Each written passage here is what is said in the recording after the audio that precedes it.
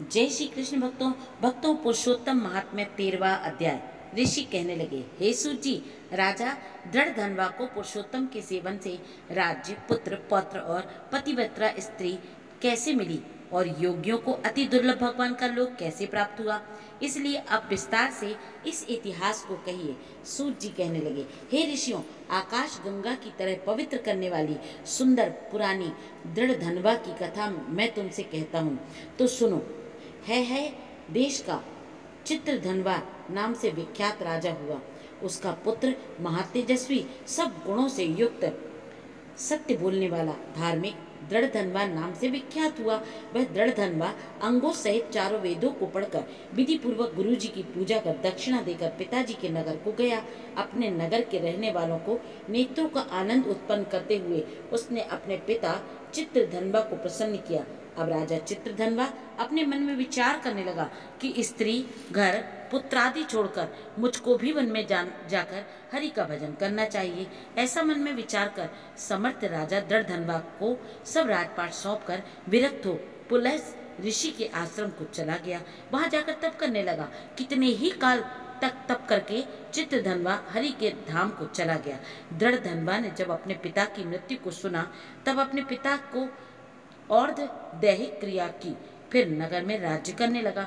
राजा दृढ़धनवा की गुणसुंदरी नाम की स्त्री थी। उसके 4 पुत्र हुए। चारुमती नाम की एक कन्या भी उत्पन्न हुई। उसके पुत्र चित्रवाक, चित्रवाह, मणिमान और चित्रकुंडल नामों से विख्यात हुए। श्री नारायण कहने लगे कि एक समय सोते हुए उस राजा के मन में यह विचार उत्पन्न हुआ कि मेरा यह सब वैभव किस पुण्य के प्रभाव से हुआ। न मैंने कोई तप किया, न दान किया और न कोई हवन किया। अपने इस भाग्य का कारण किससे पूछूं? राजा की इसी विचार में सारी रात्रि व्यतीत हो गई। प्रातःकाल ब्रह्म मुहूर्त में उठकर यथाविधि स्नान आदि करके राजन खड़े हो गए और उदय होते सूर्य को अर्घ्य देकर, ब्राह्मणों को दान आदि देकर और नमस्कार करके वह राजा घोड़े पर चढ़कर तत्काल शिकार के लिए वन में गया। वहां उसने शिकार किया।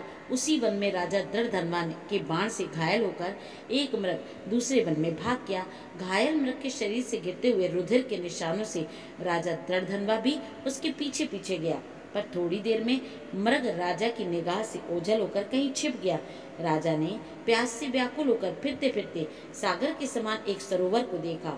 वहां पर तत्काल जाकर उसने पानी पिया। वहीं उसने अत्यंत घनी छाया वाला बटका वृक्ष देखा। उसकी जटा में घोड़े को बांधकर राजा वहां बैठ गया। वहां पर वाणी बोलता हुआ तोता आया।